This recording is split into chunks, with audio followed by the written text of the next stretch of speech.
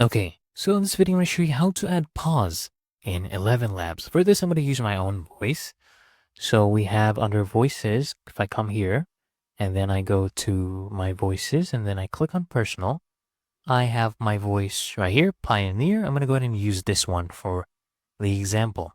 So if you want to add a pause, let's say you want to add it right here. So let's generate speech so you can hear what this one sounds like first.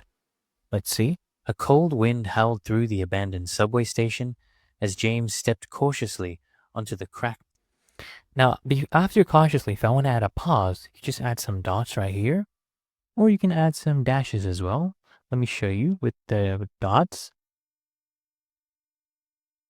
A cold wind howled through the abandoned subway station as James stepped cautiously onto the cracked tiles, his flashlight flickering.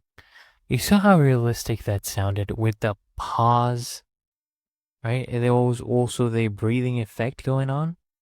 So if I add dashes here, as dashes, it will also do the same effect. Let me go and generate again. A cold wind howled through the abandoned subway station as James stepped cautiously onto the cracked tiles, his flashlight flickering. And there you go, guys. It's really that easy and simple.